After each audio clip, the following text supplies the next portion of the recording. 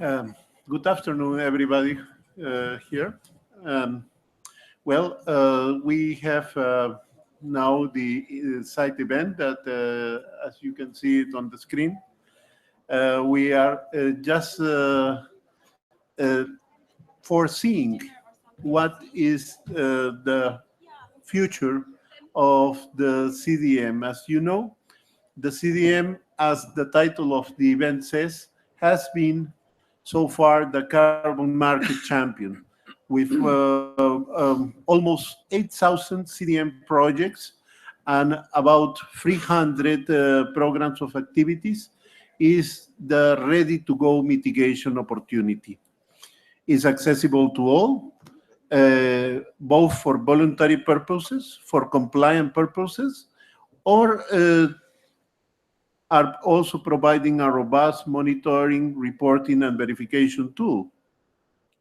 Well, after the Paris Agreement, there is a need to make a new push for climate action in order to achieve the objectives to at least hold the increase below 2 degrees above pre-industrial levels and try even to get as close as possible to 1.5. That means that climate action before 2020, when the Paris Agreement is starting, is urgently needed.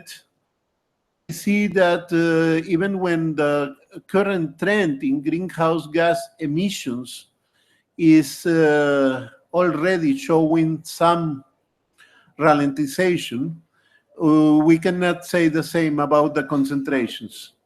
And there is an inertia in the system that will need to have a more solid foundation that will require even greater action after 2020. So there is the possibility of using the CDM before 2020 right now. So the idea of this event is to explore how to ensure that CDM projects and PoAs can continue to deliver mitigation, increasing ambition under the Paris Agreement. With that, I would like to welcome everybody here on the podium, the panelists and also the moderator. And I will like to introduce all of us. To my right-hand side is Frank, who is the vice chair of the CDM Executive Board.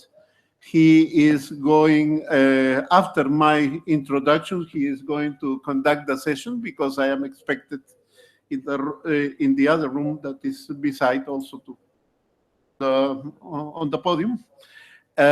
He is head of the section of emissions reduction project, Emission Trading Authority in the German Environmental Agency.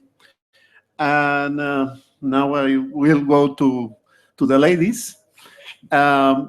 First, we have Sandra Geiner, who is lead consultant at a Dutch advisory firm based in Amsterdam. She is a member of the Gambia, and she is a practitioner in carbon markets, and she was an executive committee member of the Project Developer Forum. So she used also to work in World Bank's carbon market funds in DC, in Washington, in the US. And we have also Margaret. Margaret is the Executive Director of Climate Markets and Investment Association. Margaret recently joined this CMIA from Carbon Market Expert Retro Advisors, where she was the head of sales and provide advisory and risk management services. She has worked at a number of leading brokerage firms, trading government bonds, interest rate swaps and options, credit default swaps, and carbon emissions. So at the end of the table is Dr. Samira Mus, who is specialized on energy from the University of Paris. And he has been a consultant, an international expert on energy and climate change, and the founding director of Apex Council, a Tunisia-based consulting company. He has an experience of one generation on macro and micro energy efficiency and renewable energy studies, energy planning, and strategic studies. He has designed and implemented projects, including CDM projects, and also funding mechanisms. So he has also worked in most of the countries in sub-Saharan Africa, in the Maghreb, and also in countries in the Middle East. He has been involved in various regional and international studies and research. And last but not least, we have our moderator here right to the left of me. He is Christoph Ahrens, who is a project coordination at the Wuppertal Institute for Climate, Environment and Energy in Germany. He has been conducting research on CDM and JI-related issues for more than 10 years, including questions regarding environmental integrity, regional distribution, and governance issues. Christoph is editor of a magazine called Carbon Mechanisms Review that reports on carbon market-related developments on a quarterly basis. So that will be the introduction to our panel. As I told you, after the adoption of the Paris Agreement, there is a new an ambitious and durable framework for international cooperation and climate action. As you know, the agreement have entered into force last Friday. So it's not only now the most significant international agreement, but the fastest ever, less than 1 year. So as today it was mentioned by the new co-president, this is time not for deliberation, but more for implementation. As I already also mentioned, for the newcomers, the CDM was originally set up for the Kyoto Protocol purposes, and it has delivered more than almost 8,000 CDM projects and more than 300 large-scale PoAs, and those projects are distributed across 125 countries, so most of the developing world. This mechanism has reduced more than 1.7 billion tons of CO2 equivalent and attracted climate finance over $300 billion. So more important than that, there has been also a decade of capacity building, development of tools, development of frameworks, acquiring knowledge and expertise in how to identify mitigation opportunities, how to implement them, and how to measure, report, and verify that the emissions reductions are real and additional. We just closed last Friday the meeting of the CDM Executive Board, and I can tell you that the board is convinced that this knowledge, experience, and the expertise, as well as the infrastructure built in the CDM, has still a strong role to play under regional foundation, but also in the new Paris Agreement context. So there are many proposals of tools and approaches that need to become operationalized. But when we are talking about CDM, CDM is ready, is here, is now, and it can accelerate climate action across the whole planet. Well, this site event is intended to share experience and ideas for how to make the best possible use of CDM in the new emerging Paris Agreement world, and to discuss what needs to be done to ensure that CDM can continue to contribute to our common objective, a world in which climate change stays well below Celsius and as close to 1.5 as possible. So with that, I will move into the agenda, and from now on, I'll get my best wishes for the success of the event, and I leave it into the able hands of Frank, and I will pass the floor to the moderator of the event. Christoph, you have the floor. Thank you. Thank you very much, Eduardo. And yeah, thank you very much for inviting me. It's a great pleasure to be here on this event. Yeah, I can echo the words that Eduardo just introduced the session with. And my presentation, a short tour d'horizon of the CDM, where it stands at the moment. I called it "What next for the carbon market champion." So we're gonna see. So that 2 seconds, just playing with us. Can we? Okay, here we are. Excuse me. This is yeah. This one. Yeah, we tried that one, but it's not displayed on the screen. It's not changing. Okay. It's not on the screen. Sorry, we're having a small introduction here, and so it's time for the yeah.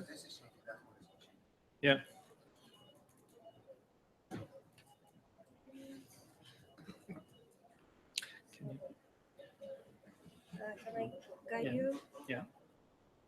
This one, just the slide on the screen.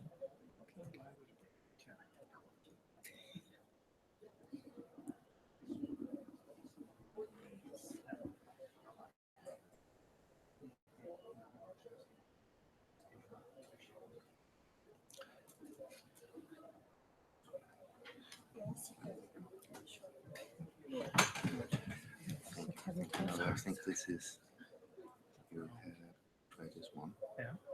See if this one is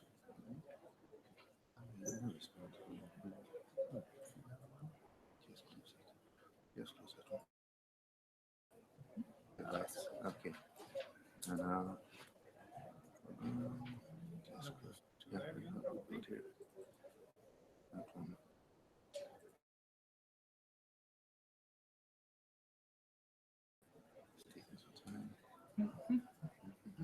Okay. Clear to see her. Can you see from okay, yeah, okay.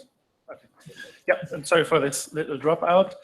And so what are the achievements of the CDM and of the carbon markets in general? The chair has already touched upon them. He's talked about the project pipeline. We see more than or almost 8,000 CDM projects in the pipeline, close to 300 programs of activities. We've seen massive private sector involvement, and we've seen elements of competitiveness, innovation, and efficiency at play. Institutions side, we've seen a big success in different institutions, from the executive board itself and the support structure, the UNFCCC secretariat, the local approval bodies, the DNAs, and also the DOEs, so the validators and verifiers of CDM projects, and also recent development. We've got the regional cooperation centers in different parts of the world that support CDM project development in different ways.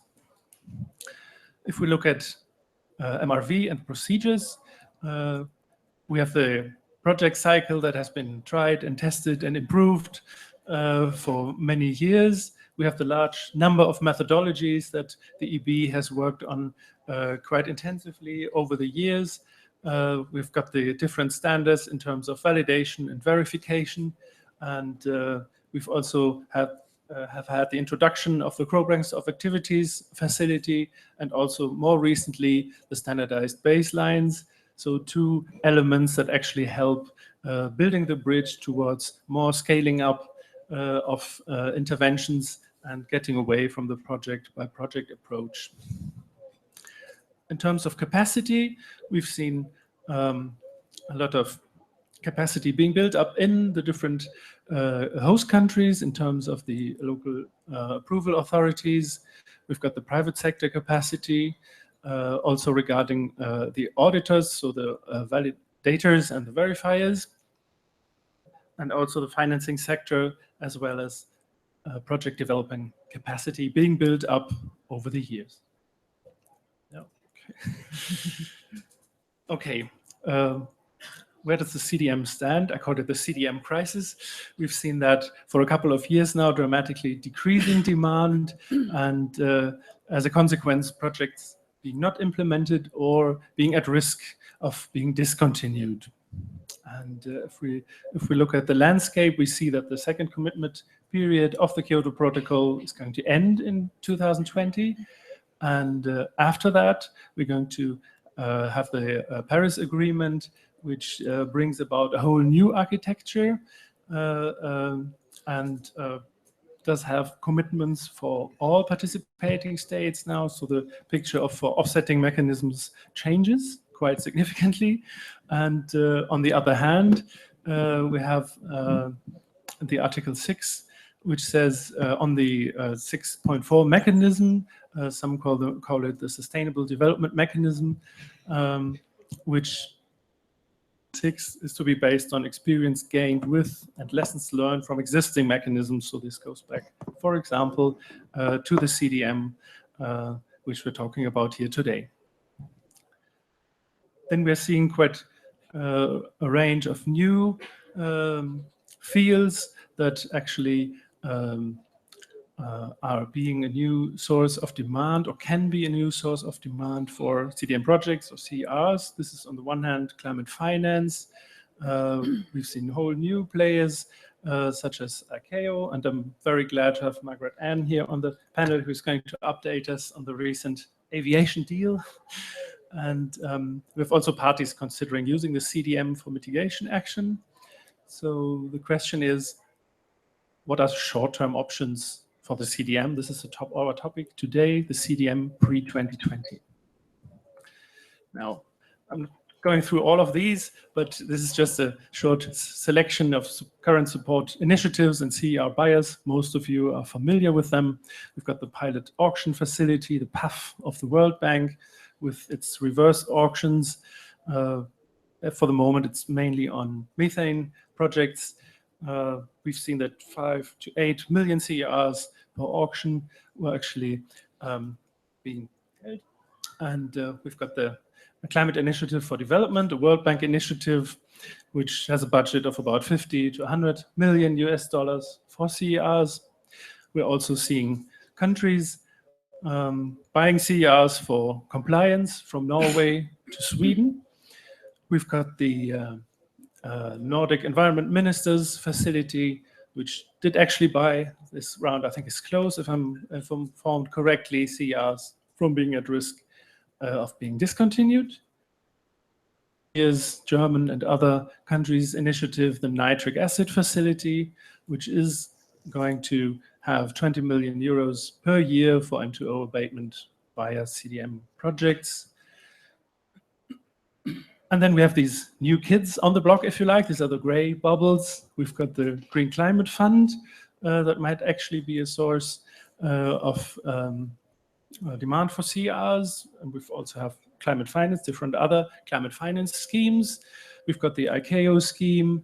And on the horizon, on the very bottom, we've also got green bonds and other initiatives that might make use of CDM or CDM methodologies or other parts.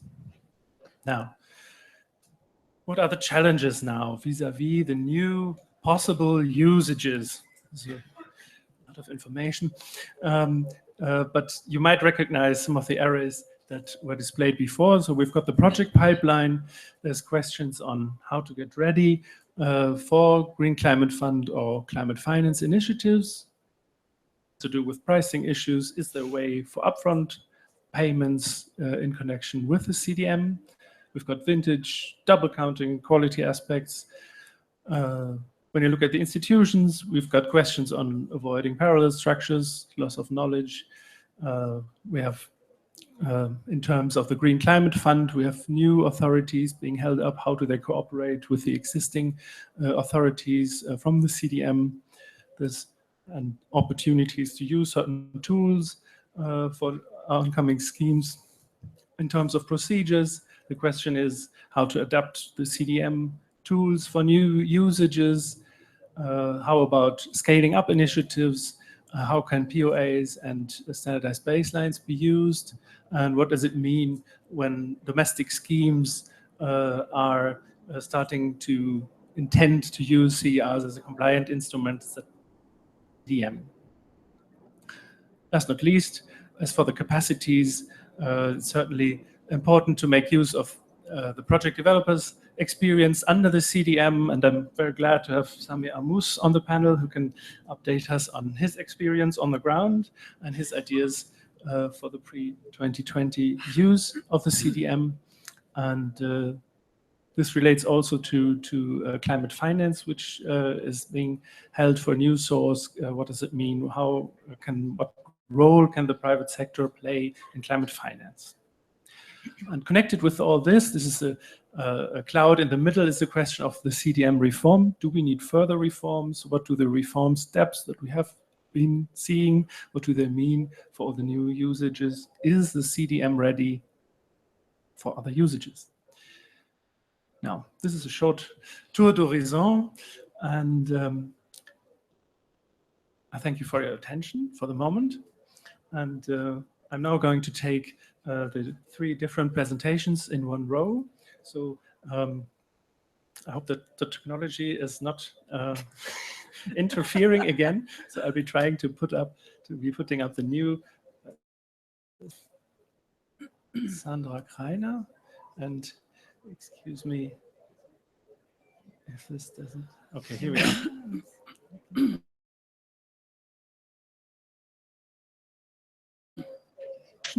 So Sandra Greiner is going to present on the existing CDM pipeline and infrastructure, an asset for climate finance, ?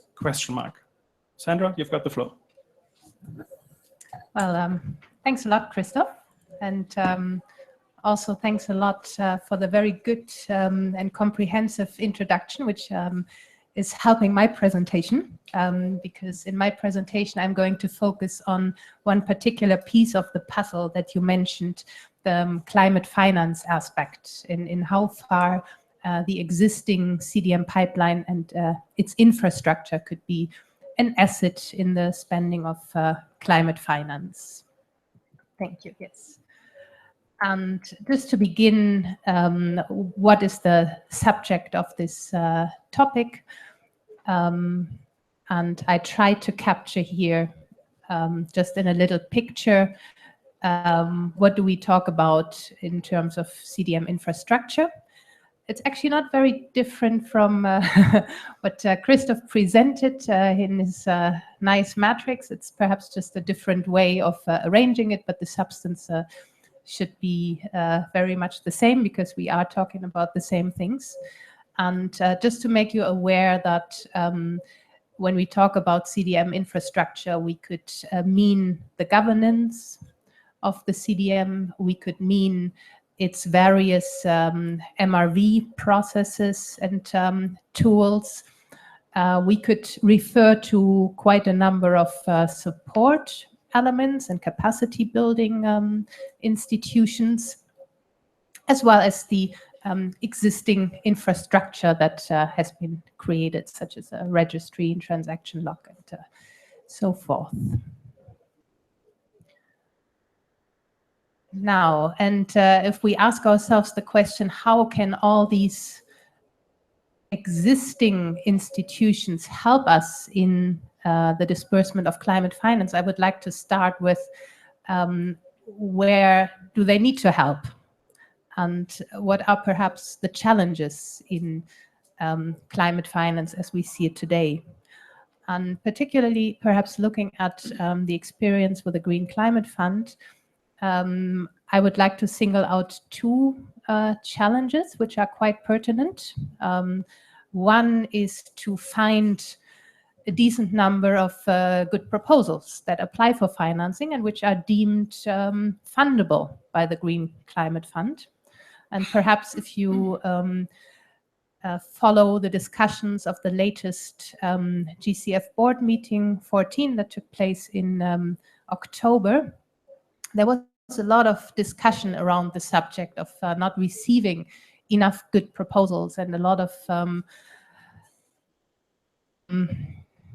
concern around the fact that what is arriving at the board and it is seeking funding is not always meeting the expectations. And of course, the GCF does have a lot of expectations, one can also see, but it's certainly one ongoing element. If the GCF wants to meet its aspirational goal of spending 2.5 billion this year, proposals have to come. So far 1 billion are committed. And perhaps a second challenge for the GCF is also to link whatever it is funding back to a metric in terms of climatic benefits. So how much tons does the GCF ultimately reduce? And what is noted also in the latest board discussions is that there's quite a number and diversion of approaches how to measure it, and some of the project proposals have not yet even developed their MRV framework, so that's certainly an open question to the Green Climate Fund. And well, I think interestingly, these two big challenges for climate finance are not really a concern for the CDM, because the CDM is actually quite good at incentivizing proposals or incentivizing project developers to come forward with a very standard and quality checked application in the form of the PDD and verified by third parties. And the CDM, of course, also has a very stringent and long-term tested MRV framework. So now then, how could CDM, so either the pipeline or its infrastructure, support climate finance? And I would think you could probably distinguish three types of supports. One is we have still a very rich built-up CDM pipeline, many of them in need of funding, and a lot of them actually at risk of decommissioning, or on the reverse, being able to scale up if they have the right incentives. So thinking, for instance, particularly of programs of activities which are made for scaling up. A second aspect where CDM infrastructure and institutions might help is serving as an MRV tool. So supplying the GCF with methodologies, potentially also processes for measuring the results. And last but not least, CDM can also serve as a results-based finance tool, serving the disbursement of climate finance. So you could link the disbursement of climate finance, for instance, to the delivery of CRs. So where you then have some sort of indicator, milestone against which payments can be made. And actually all of these three functions are already taking place, and like Christoph also mentioned, in existing initiatives. So for instance, the projects that are at risk of discontinuation are taken up by the pilot auction facility. They are also taken up by the nitrous oxide climate action group of CDF, the Carbon Initiative for Development of the World Bank, which is using the CDM infrastructure and institution towards dispersing climate finance. And all of that is at this moment being tested at a pilot scale. So the question, I guess, is how about the Green Climate Fund? Could the Green Climate Fund do something similar? If you look at various decisions, there's already a mandate, or there are a couple of mandates. For instance, COP17 said that the GCF should actively collaborate with other UN bodies. The GCF itself looked at CDM as one of their possible financing instruments under the private sector facility. Here in Paris, the CMP gave the mandate to further explore opportunities for financing the CDM through the GCF. And then earlier this year, the executive board organized a workshop on that topic. And quite recently, the EB91, I took note, suggests to explore means to simplify the application of the CDM for activities funded via the financial mechanism. And to me, that's a very interesting question. So how can CDM be simplified to serve the financial mechanism? So does that mean that only parts of the CDM pipeline and the existing institutions should be used by the GCF, not all of it? So as I was thinking about that, so if you only want to use parts and you want to simplify, well, first of all, I think if you want to simplify, probably you want to simplify not just for use of climate finance, but also for other uses. That could be a good idea. But if you specifically want to just pick certain elements for use by climate finance, maybe.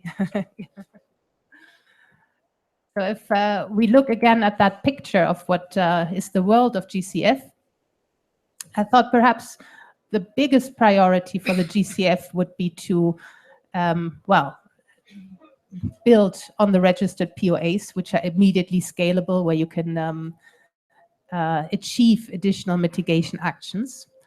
And then I thought quite relevant for the GCF could be, because they have access to a lot of projects and information, and could help GCF find good quality projects. Similarly, the RCCs, the Regional Cooperation Centers. And I also thought there's probably a strong reason to use standardized baselines when they're available in certain jurisdictions. Perhaps second priority, if you want to go further, the GCF could consider using more methodologies, potentially the Sustainable Development Tool developed by the CDM, which is voluntary in its application, other methodological tools like the grid emission factor calculation tool. Go as far as using CRs, you might want to use the CDM registry and the voluntary cancellation account. So just to end, we recently also looked more closely at the link between CDM and GCF and how it might actually work in practice, and did a report on practical models of engagements together with Perspectives and AERA Group, where we looked at the various investment models of the GCF and thought, so how could then CDM and CRs play a role and be connected with that? Perhaps personally, my favorite model is the one of a price guarantee, where there would be, through climate finance, through GCF, a certain price guarantee on CRs to stimulate action. And if you're interested, there are some hard copies available in the room. Right. Thank you very much, Sandra. And Yeah, thank you for putting the focus on the GCF. It's certainly an important player in the oncoming years, and I'm sure it's going to be also playing a big role in the discussions here later on. Thank you very much. I'm now going to turn to Margaret Ann. I'm very happy to have you here and that you're updating us on the recent aviation deal and on the CORSIA scheme, which was being set up at the ICAO meeting. Now, technology again. Let's see.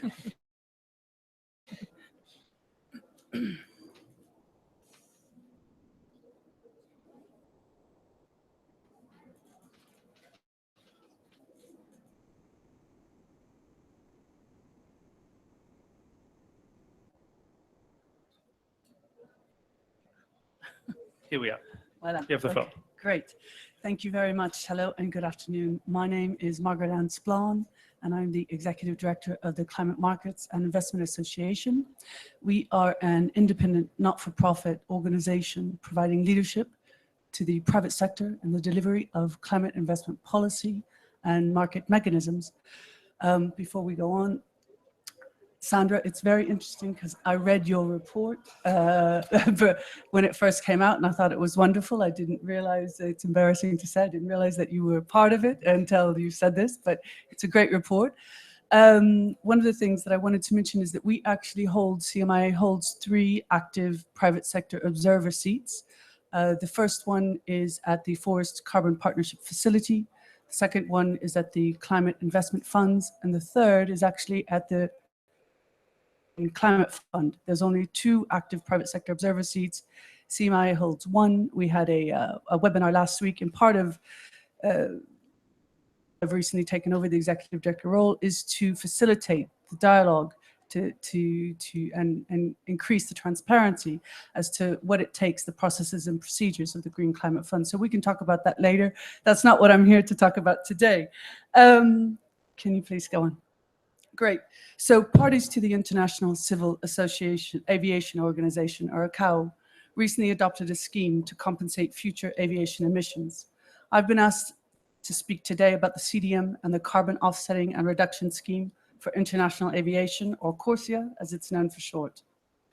CORSIA is designed to make aviation carbon emissions growth neutral from 2020 levels.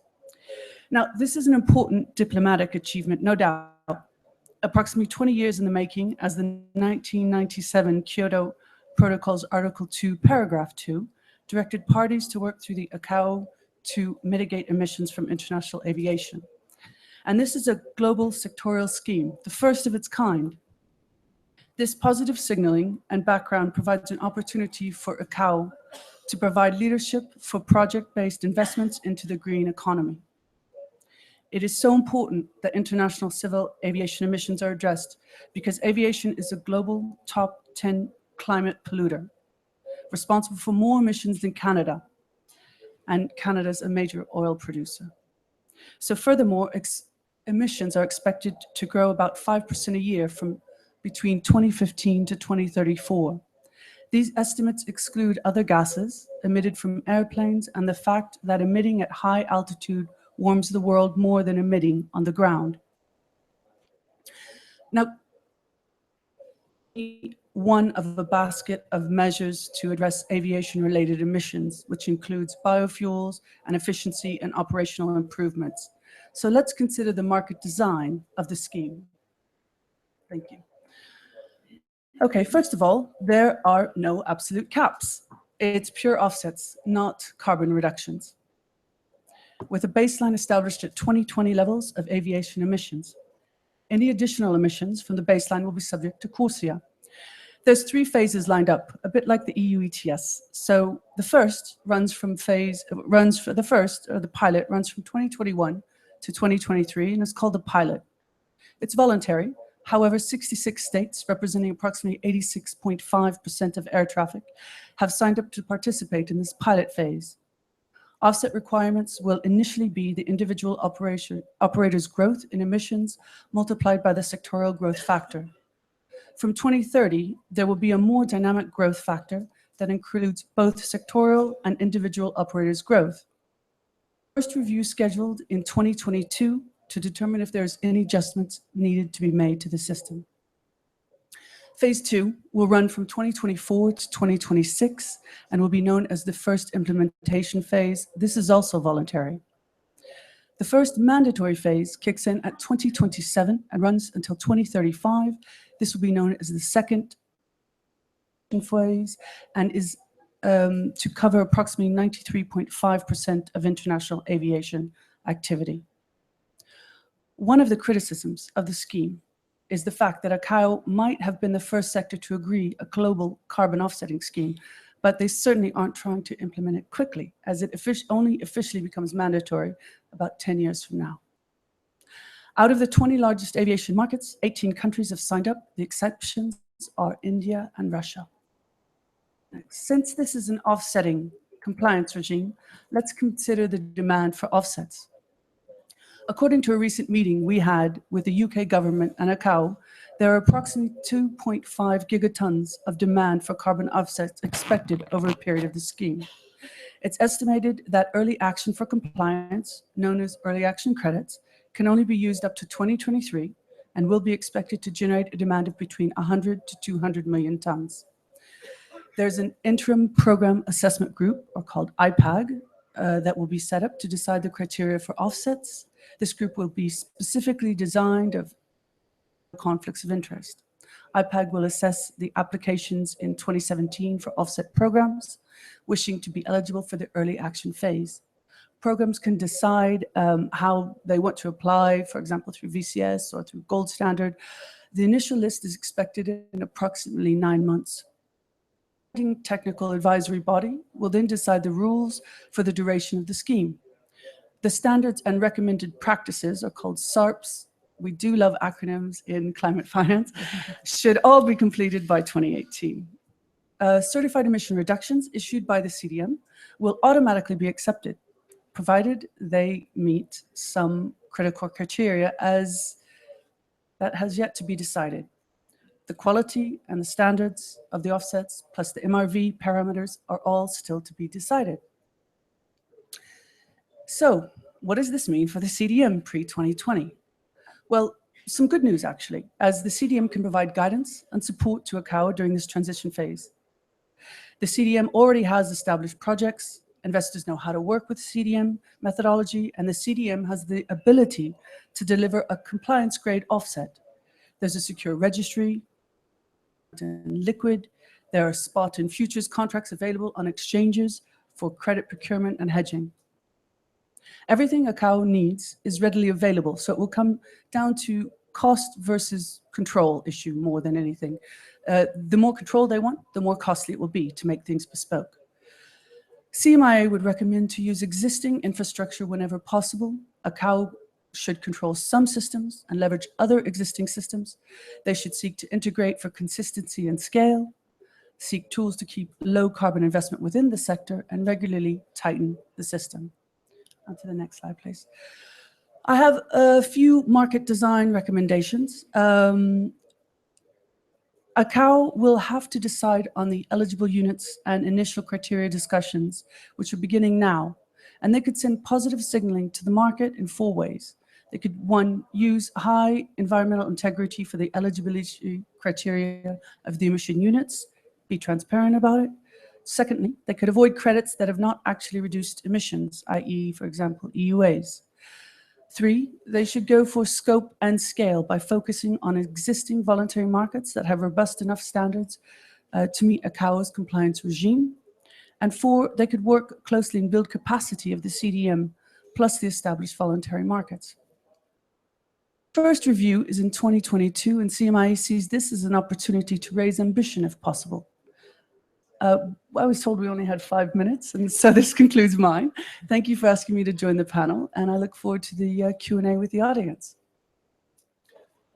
Yeah, thank you very much, Margaret Ann, for this concise update on the ICAO deal. It's certainly an important first step, but it's also certainly only a first step. And as you pointed out, there's a lot of open questions, especially regarding design. And happy to keep that up and take that up in the discussion later on. Now, last speaker on the panel is Samia Mus. I'm very glad to have you here, and Your presentation is entitled How to Simulate Action Under the CDM Before 2020. Yeah, Samir. thank you, Christoph. I would like to present some illustrative examples of pre-2020 objectives that have been mentioned in you know that objectives is set officially for 2030, but some countries have mentioned some elements or figures presenting 2020 objectives. And I would like also to present some proposal to boost pre-2020 mitigation action.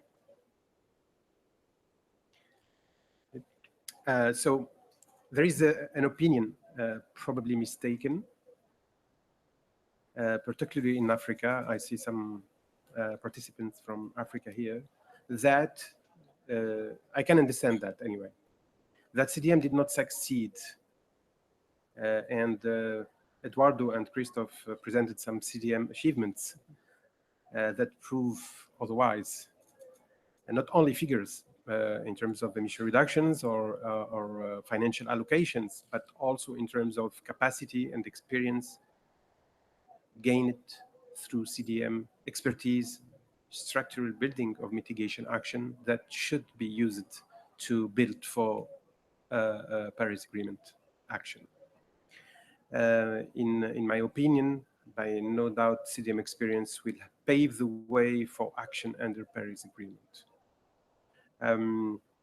So several countries have set targets for 2020 to get into the launch pad of the INDC objectives. 2030, I just here present the examples of Tunisia, Morocco, and South Africa. As you can see, for example, Tunisia has set an objective of reducing carbon intensity in 2030 versus 2010 intensity. Tunisia has presented time frame on 2020, 2025, and 2030.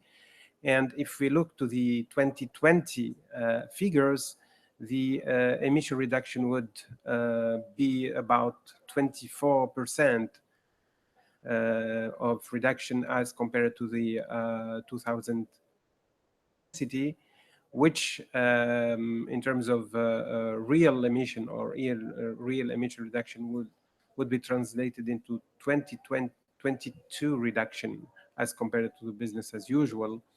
This would make around 9 million tons of CO2 equivalent at national level that could be mitigated if actions are implemented shortly. If we see the example of Morocco and South Africa, which presented the objective as percentage reductions as compared to business as usual for years 2020, 2025, and 2030, and even 2050 for South Africa. You could say that Morocco is supposed to reduce emission by 16% as compared to business as usual in year 2020, and South Africa would reduce emission by 35% in 2020. It would make for Morocco about 19 million tons of CO2 equivalent in 2020, and for South Africa, 256 emission reduction as compared to business as usual in 2020. So a huge amount of emission reduction can be achieved by African countries if actions are implemented shortly. And anyway, it should start very shortly to be able to be in the launch pad of 2030 path. The two countries, Morocco and South Africa, didn't mention any way how to reach 2020 objectives, but at least we have the example of Tunisia, which, and I know that Tunisia is intending to implement 6 to 7 NAMAs on solar Tunisian plan, on cement sector, on NAMA on buildings, and so. Also, Tunisia is intending to design a new NAMAs, and even CDM project, as Tunisia is participating to the new German initiative on reducing emission in nitric acid entities. And there is also possibility to extend some CDM project, which end is expected by 2018. So that means there is some margin to reduce emission if we have some more times for such CDM project to get prolonged. Some example. So, to my view, there is no doubt that CDM experience will pave the way for action under Paris Agreement.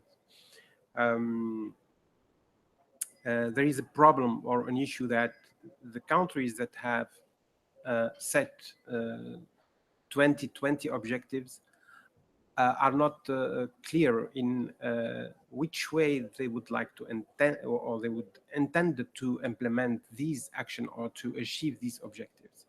And what we are discussing here is how to promote CDM or the use of CDM experience to rush countries to for actions before.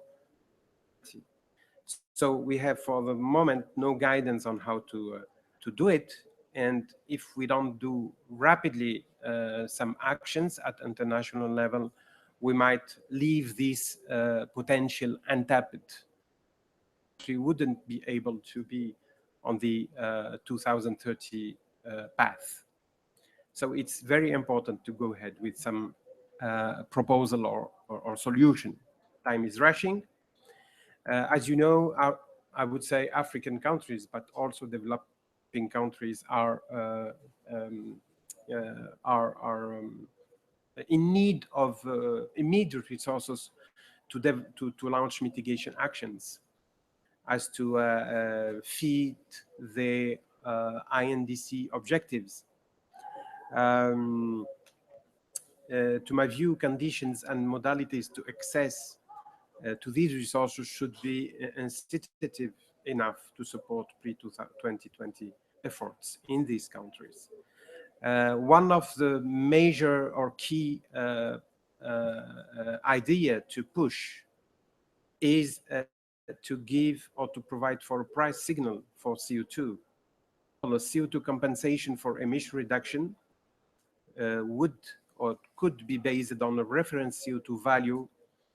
This may provide for an appropriate response to boost action, mitigation action before 2020. I would suggest that COP could announce a clear position on the idea of establishing a reference carbon price, because as you know, project investor or governments couldn't really implement mitigation project if they don't really have performance from these projects, and this may prevent them from implementing very soon. So next one, COP may also announce that existing CDM projects that are willing to prolong their lifetime could do so, as I mentioned before. And COP also may announce that or it support new projects that would start before 2020, and also facilitate their conversion into any of the foreseen Article 6 mechanism in the future. So, these, yeah, the last points we will discuss in the next round of discussion. Thanks. Thank you.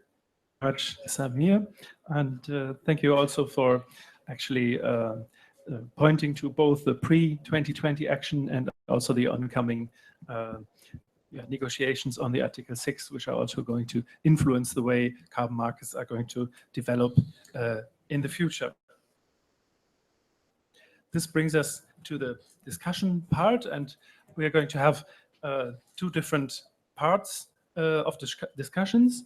We're going to have first a moderated round of discussion, questions and answers between the panelists, moderated by me as a moderator, and then later on I'll open up to question and answers from the audience.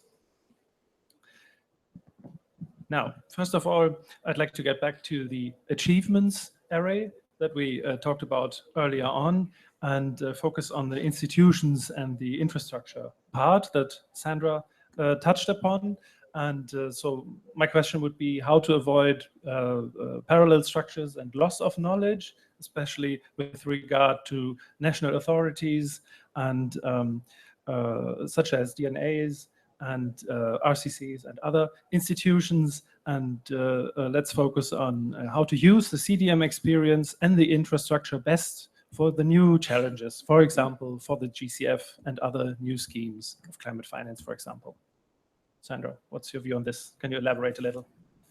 Yeah, well, I think my view on this certainly is that the new institutions should leverage the capacity of the existing institutions.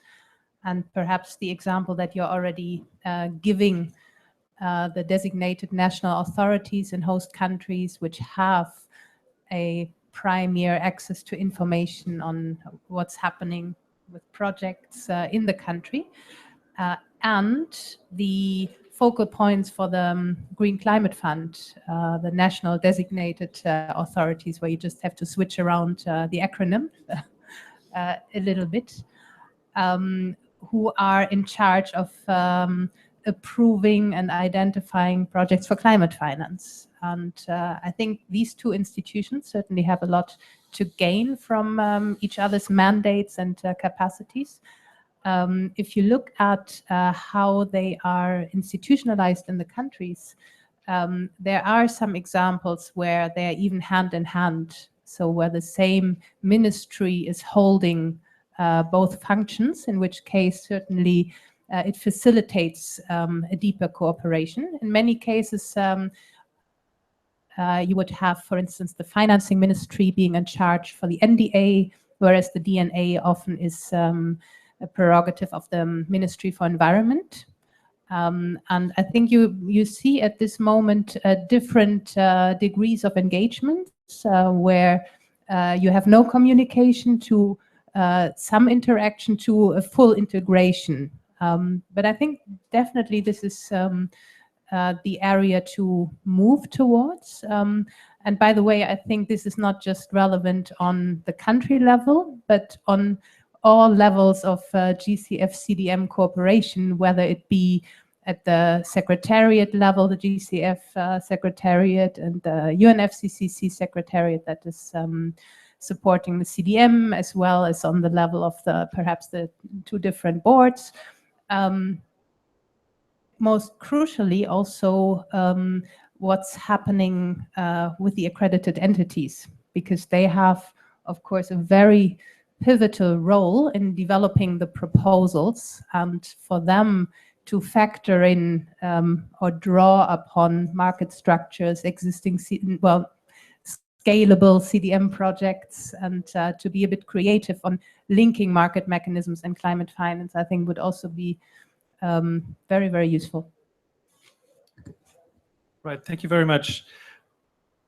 The CDM reform side of all of this, if you look, for example, at the standardized baselines, which actually do put some emphasis on the DNAs in terms of data collection and other tasks that they have been tasked with, and this also puts pressure on them on the finance side. How do you see these aspects?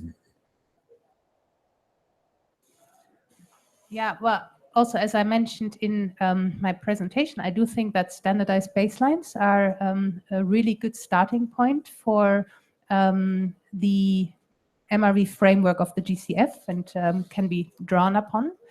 And to the extent that DNAs are already engaged in standardized baselines and maintaining them, I think they should certainly see to it that they are being used. And I mean, personally, I think that standardized baselines also moving beyond CDM, moving towards Paris Agreement Article 6 are very interesting, because they can also link the baselines to a country's NDC. So I would see that role actually expanding. Thank you. Now, let's move to pre-2020 usage options for the CDM pipeline. And Margaret, you've updated us on the ICAO offsetting deal. And before, we've also heard about a number of other usage options. So my question to you is, what does CDM have to do in order to get ready for these other uses? How about stable price signals in times of uncertain demand? How about specific requirements, such as the paradigm shift that the GCF requires? Questions that you also touched upon, from double counting risks to vintage and quality aspects.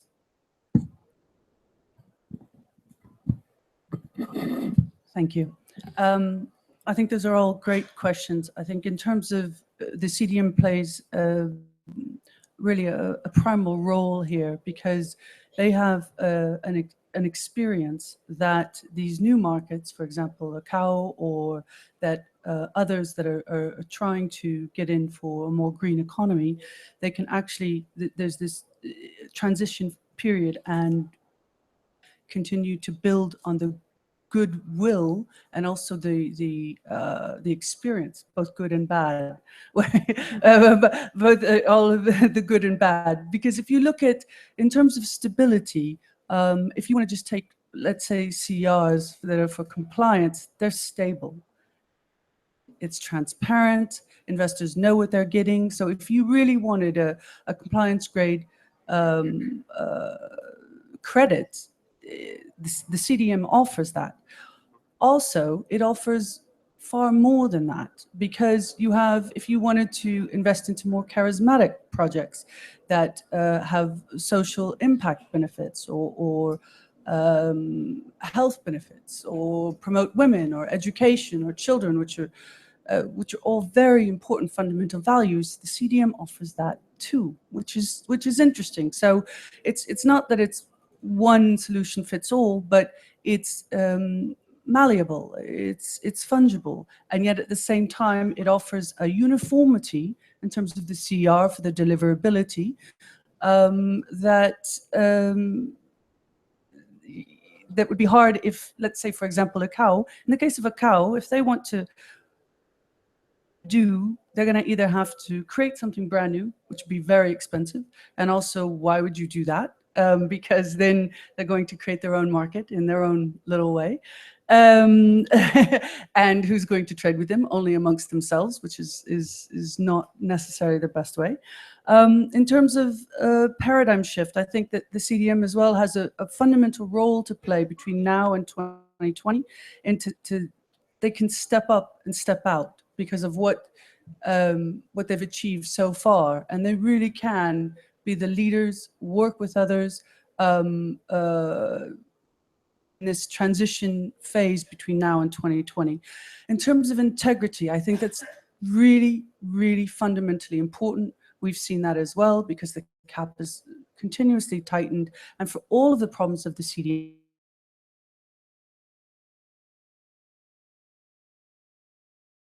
it has the CDM projects that say it's VCS or Gold Standard or Red Plus.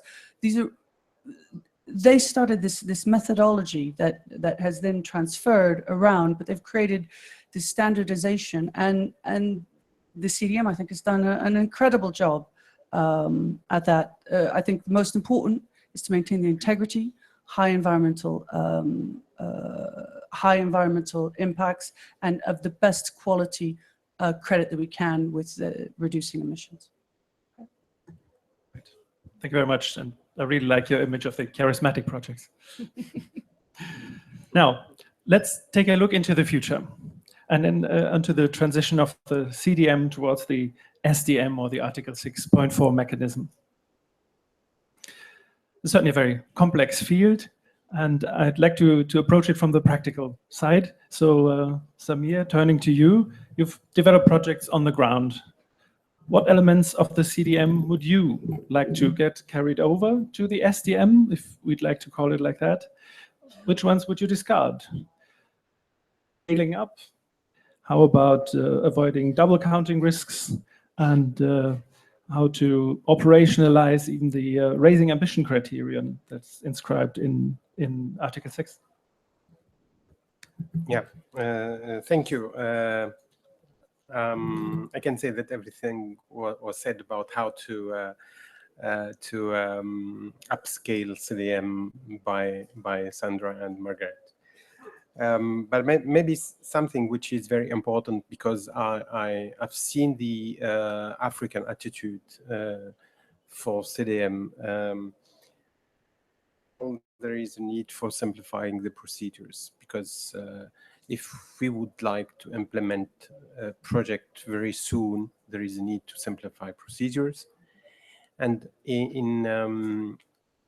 maybe to push for simplified additionality procedure, because, for instance, if you see the some examples of internal rates of return for some renewable energy at $60 per barrel, the IRR for wind power is no more than 7% for countries. It is around 1% for PV and 0% for biomass.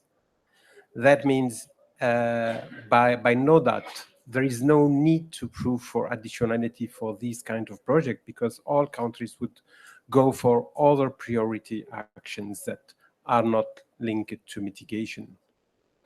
So there is a need to simplify the procedure, need to look at the some kind of project proving the additionalities. And also, I would say it's important to have to put an emphasis on environmental integrity and avoiding double counting on mounting new CDM or SDM project. To my view, the experience gained by CDM is very important, and I would say 80% or 85% of it should be reused in the next mechanisms. Last thing, I would say the importance of having a price signal for carbon, because with price signal we could performance of project or improve the cost effectiveness of projects. So there is maybe a possibility to implement support mechanism, including a financial instruments to those projects that might be developed as CDM or SDM. Maybe there is a need to promote the emergence of new initiatives similar to the World Bank Pilot Auction Facility or German Nitric Acid Facility, and so which give signal to countries that something could be done for this kind of project. And also, obviously, implement an awareness raising program related to the recommended initiatives like price signal or implementing support mechanism or promote new initiatives. Right. We can only go into a certain level of detail here, and I won't have a second round of questions here, but I'd rather like to invite the audience to put forward questions to the panelists. And I'm going to take a number of questions in a row. Please introduce yourself and formulate a clear question and indicate, if appropriate, if there's a certain person on the panel which you would like to answer. Now, so I think there's a microphone being provided. You have the floor. Thank you so much. And my name is Kudakwashi Manyanga from Zimbabwe. My question, I think, maybe to relate to all the presenters. When we read the CDM Executive Board external meetings reports, see encouraging messages coming out in terms of strengthening CDM in our developing countries that are underrepresented with respect to the development of standardized baselines, among other issues. What is happening? We need clarity on this. CDM will remain restricted to bigger developed countries at the expense of developing underrepresented countries. Thank you. Okay, thank you. Maybe 2 more questions. Anyone? Yes, please. Yeah, there's a microphone coming. Thank you, Olivier Cassi from Belgium. I'm an EB member, but I have a personal question to Sandra and Samir. Both of you told us that it could be useful to have for sears, which could be paid by the GCF, for example. I would like to ask you what would be this fair price, and do you think that we should have different price depending of the type of the project, or that you think that this price should be the same for any type of project, which means that any type of CDM project will be treated equally without any additional criteria related to other criteria like sustainable development, like investment cost, like, you see what I mean? So I would like to have your view on that. I've got a second question maybe to Samir. You say that for some project, to achieve some INDNC could be useful to use the CDM. I would like to see your view. If you use the CDM, could we have a problem for this country to achieve their INDC if they send their low-hanging fruit to other countries through the sears? I would like to have your view on that. Because I see Tunisia, but it's a specific type of INDNC in comparison of Morocco and South Africa. So I would like to have your view on that. Thank you very much. Thank you, Olivier. Now, anyone else? Okay, so I'm going to take these, actually 3 questions first. So we had one question regarding underrepresented countries. How can they be supported? Then there was this question about the fixed price. What is a fair price and how should that look? And finally, the question of using CDM for INDCs and picking of low-hanging fruit, and are there any conflicts that could be arising? Maybe on the first question, who would like to answer that one? Underrepresented countries? Yes, please. Yeah, okay. Yeah, okay. That's a great question, actually. And this comes up often time and time again. I have a lot of experience actually because CDM is not just about producing the CRs that are sold also onto exchange. They're also about, there's a corporate movement of companies that are actually looking to offset. And the CDM allows this because it allows actually investors to understand what they're getting. And when I say investors for offsetting. They're looking for good projects, and they're particularly looking for good projects in least developed countries where they have a bigger social impact. ICAO, this is a bit, when I say up for grabs, that's not an elegant way to say, but I'm very keen to see what happens with the development of ICAO and the types of credits and projects that they encourage. And I think there's a tremendous opportunity, which is why I'm very excited about the CDM, the development pre-2020, because ICAO, there's going to be what projects are available in 2017. Then there'll be a standardized proceedings by 2018. This potentially could help with the CDM projects in the pipeline. Because the truth of the matter is right now is the market is oversupplied. Okay, and we do know for a fact that that the CERs, which had a home for compliance entities in the EU ETS, dispersing. However, compliance markets globally are increasing dramatically. This is not me saying this, this is happening. And so on the back of that, if you're an investor, whether an investor to want to resell or an investor wanting to invest into a project and make a difference, you're going to want to go, what investors want is they want stability. They want to know that what they're getting is stable and real and credible. And the CDM has all of those. So I understand that it might not be encouraging. It hasn't been encouraging for a while. However, at the risk of, there's a lot of signaling in the market, both compliance-wise and also from companies looking to offset and looking for good, credible projects that make a difference. Thank you. And now the Vice Chair is going to elaborate on EB measures regarding underrepresented countries. Okay, thank you, Christoph. And I just want to come back to the question concerning the strengthening of the CDM on developing countries, especially underdeveloped countries.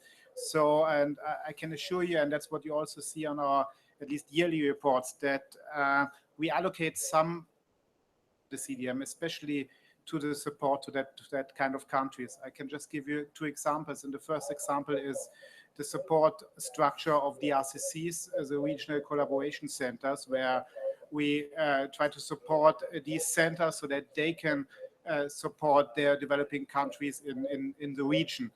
Another aspect is also that we allocate some amount of the budget to develop top-down standardized baselines, and also to try to support and to stay in contact with the underdeveloped countries when they want to develop bottom-up standardized baseline, which they think suitable. So there are several kind of aspects where we do really support these countries with the budget we have. Thank you very much, Frank. Now, fixed price, what is a fair price? Sandra. $35. Thank you. Well, I think, thanks for the good question. So would there be the same price for all kinds of technologies? And I think there's a crucial difference between carbon finance and climate finance in the way that carbon finance is trending towards a universal price that goes for all jurisdictions and for all technologies, but it's a bit up to negotiations if you want to extra value the sustainable development benefits and pay a higher price. But many sections of the demand, the cheapest available option, certainly. And I think with climate finance, there is a situation that you're in control what you're paying. So you do not have to pay the same price for every kind of technology or for every geography. And I think it makes a lot of sense to bundle similar regions, similar activities, and come up with a price that is then fair to that particular segment. And so then again, when you use climate finance as a price guarantee, sort of as a floor price for that particular technology geography combination, you can always hopefully still have a market price on top of that at some point may be higher than the floor price. And then it's all technologies might again be in competition with each other. But I think establishing a useful bottom to really incentivize the kind of projects you want to incentivize is the big chance with climate finance. Thank you, Sandra. And I'm turning to Samir. Thank you. Yeah, to respond to this question, a very interesting question on the price signal and what kind of reference price we could suggest. I'm going to participate to another side event at 4:44 here at Pacific, I think. A presentation on approaches to define and determine a reference price for carbon. It's based on an application of a new model on Tunisian case, on Tunisian INDC, whereby we supposed several assumptions on the barrel price or oil price, and we deducted what could be the reference price or the minimum prices that would encourage countries to implement the actions, especially for renewable energy. And it is calculated based on the fact that these countries would accept a 10% IRR, internal rate of return. So based on this only criteria, because we could imagine other criteria like co-benefits and whatever. But based on 10% of internal rate of return, I have some examples of prices, for example, per barrel. We need to compensate the wind power project at 55 euro per ton of CO2. If the barrel is at $60, we only need 19 euro for CO2 compensation. And if the barrel is at 80, there is no need to compensate for carbon because the internal rate of return would be higher than 10%, which is the minimum that we presented. So, but we have, for the 5 technologies involved in Tunisian INDC, the prices according to all these assumptions, and this is what I'm going to present in the side event. So we could have a real good scientific appreciation of what could be a good price. Good price for me would mean that it would be performant enough to push country to implement their projects. So we can't say just this is the price. We should take into account the disposal of countries to really implement the project. And this is a very important issue to discuss in the next future or very soon. Okay, thank you, Samir. There's still one question waiting for you, actually. This is the one about use of low-hanging CDM fruit. Yeah, low-hanging fruit and possible conflicts between using CDM and INDCs. You know that no developing countries are really now developing CDM projects. So, and if you can notice that many countries, at least I know some of them, Tunisia, have difficulties launching projects to be in the track. And to my view, there is no problem of low-hanging fruit in this, because there is a need for support, for immediate support to really push projects. And we are not only talking about the existing project, which end is expected for 2017 or 2018. To my view, many of the projects would really end at the end of the expected planning. That means no mitigation would be expected from these projects. And also we need to implement the new projects. And then it should be some facility to convert these projects into the new and the new mechanisms that are expected from Article 6 of the Paris Agreement. Thank you. Now, time is flying. We can take a couple of further questions, if there are any. Yes, please. Can we have a mic over there?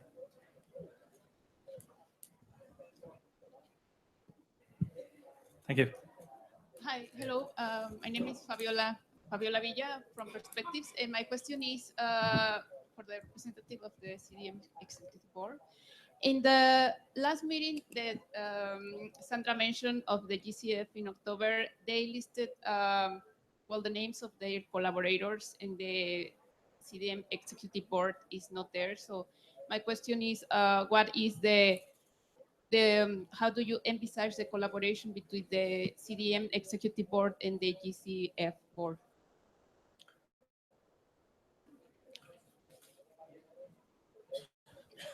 Anyone else? now is your time. Yes, please, Dirk. Your mic over there, please.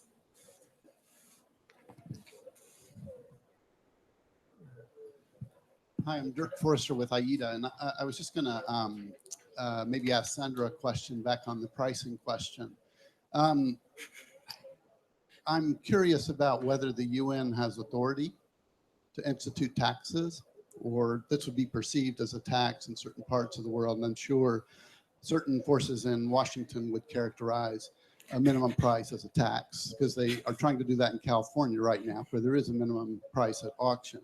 But we have seen countries do that. China, notably in the early phases of the CDM, had known to have a sort of floor price on things that they sold. And I'm just wondering, like, where the authority should reside on something like this. To me, it feels like something that's more like, I think it could be a real setback for the CDM. And CDM does not need any further setbacks. I think it could be a real setback for the CDM if it were perceived as a global effort to set a particular price, whereas, you know, if individual countries wanted to try that, it'd be a different story, because we do see that happening in a lot of places. Thank you very much, Dirk. Now, Frank, GCF and CDM. Yes, okay.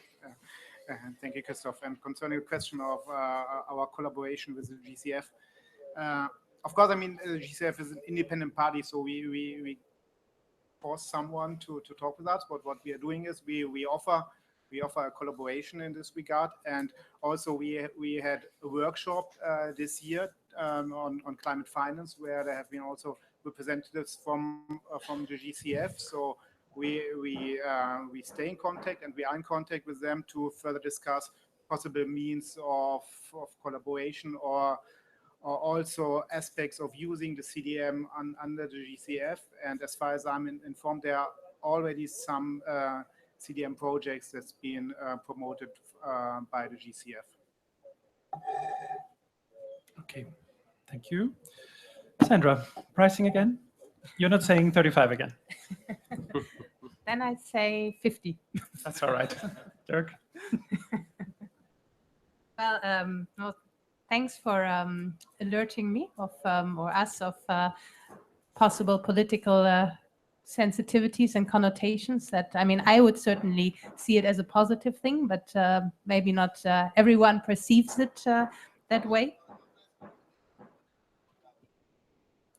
Yes, so then probably it's not a good idea to put it into the Article 6 modalities and procedures, the $50.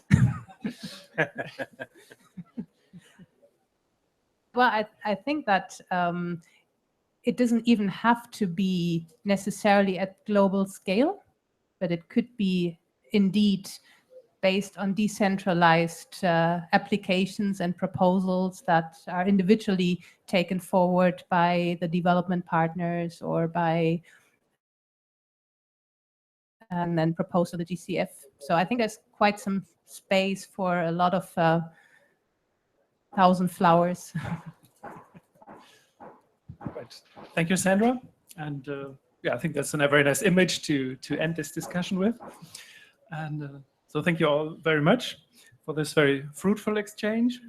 And yeah, as the chair mentioned, I am also functioning as the editor of the Carbon Mechanisms Review, as some of you might know. And anyone who is not a subscriber, you can pick up some printout examples at the very end of the corridor here.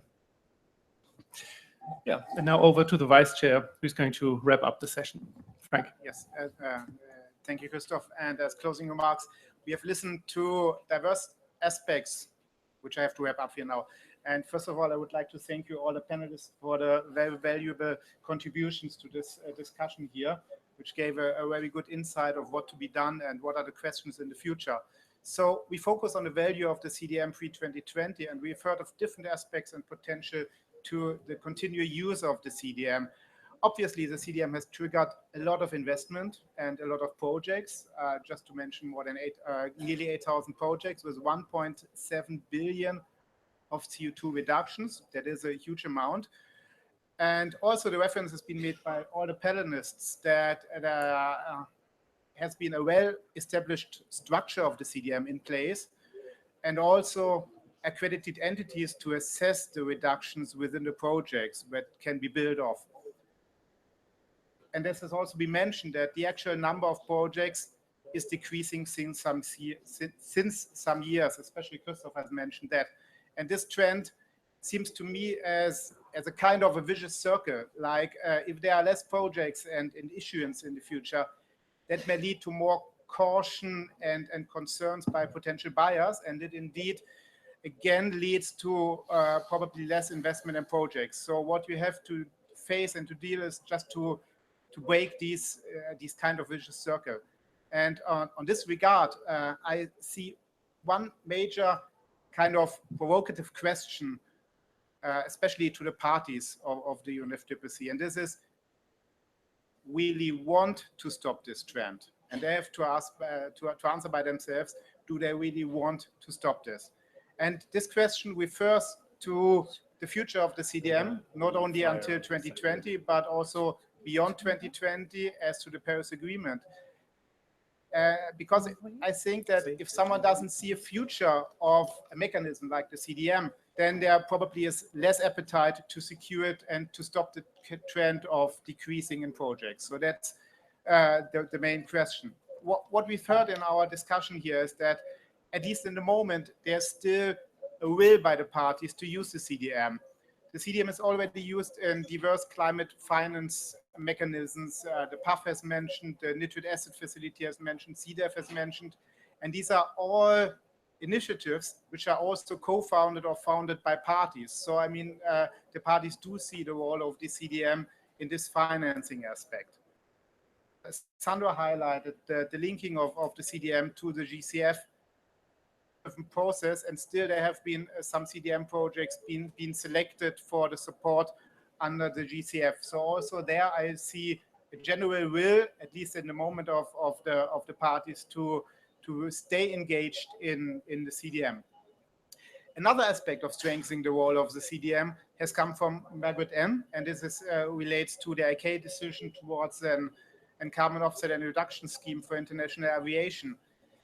Though this decision of ICAO does not explicitly mention the CDM, it mentioned UNFCCC-based mechanisms, and in the moment there's only the CDM that is in function.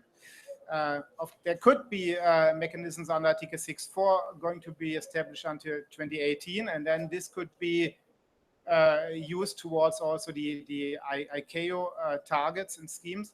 However, what we also have heard here is the general demand from ICAO, and this is 2.5 gigatons of CO2 reductions. And the question arrives whether a new mechanism having the rules and procedures in place from 2018 or 2019 will be really able to offer that kind of supply for such a scheme in the short term. So you have to face that in the short term. You look for the units to be used under ICAO from 2020 onwards. And so, I mean, when it comes to the Paris Agreement, I'm not sure whether there is a convergence among the parties in regard to the role of the CDM. Sami, for example, has pointed out that we've heard of the NDC of Tunisia, where the CDM is seen as a way to achieve mitigation objectives. And this could also be a way forward for other. But indeed, this transition of the CDM has been mentioned by some parties about Article 6 of the Paris Agreement. But submissions also refer to the need of better know the eligibility criteria under Article 6 before deciding on the transition of the CDM. And with this transition rules probably not in place before 2018, there will be at least some kind of uncertainty about the future role of the CDM with regard to the Paris Agreement in the next couple of months or years. But also what we have heard, what has been mentioned, and what the Paris decision has taken is that any new mechanism under Article 6.4 has to be, not has to be, but shall be based on experiences, gains, and lessons learned from existing mechanisms like the CDM. So even if you do not transform the CDM as it is into a new regime, you can build on the structure and the provisions we have in place so far. So to come to end, the negotiations under Article 6 are also crucial to talk about the role of the CDM and its structures in the future. So we have also heard about the reference to carbon pricing to be made by the COP. There has also been a discussion last year in Paris, which didn't make it eventually to the texts of Paris, but still this is an ongoing debate and question whether there will be a reference to carbon pricing in the global ideas. So my general feeling, and that's my last point, is that we are just starting to talk about the future role of the CDM beyond 2020. And I do think that only with a long-term perspective, whether it be within the Paris Agreement or in other usages, like we've heard on financing and climate financing, there will be the future investments for the reduction projects. With that, I thank you all for the attention for this side event, and hope the best for you all. Thank you and goodbye.